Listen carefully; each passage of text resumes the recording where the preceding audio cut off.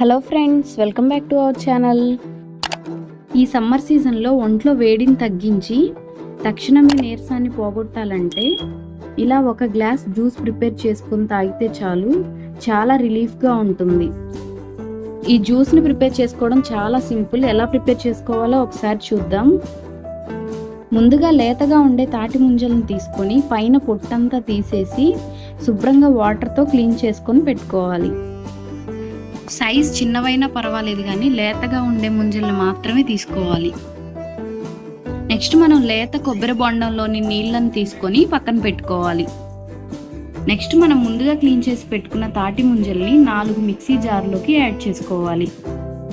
అందులోనే 2 table spoons పటికి బెల్లం పొడిని వేసుకోవాలి. మూత పెట్టుకొని మిక్సీ వేసుకోవాలి. మరీ మెత్తగా కాకుండా కొంచెం బరగ్గా మిక్సీ వేసుకోవాలి. 1 గ్లాస్ కొబ్బరి నీళ్ళని యాడ్ చేసుకొని మిక్సీ వేసుకోవాలి.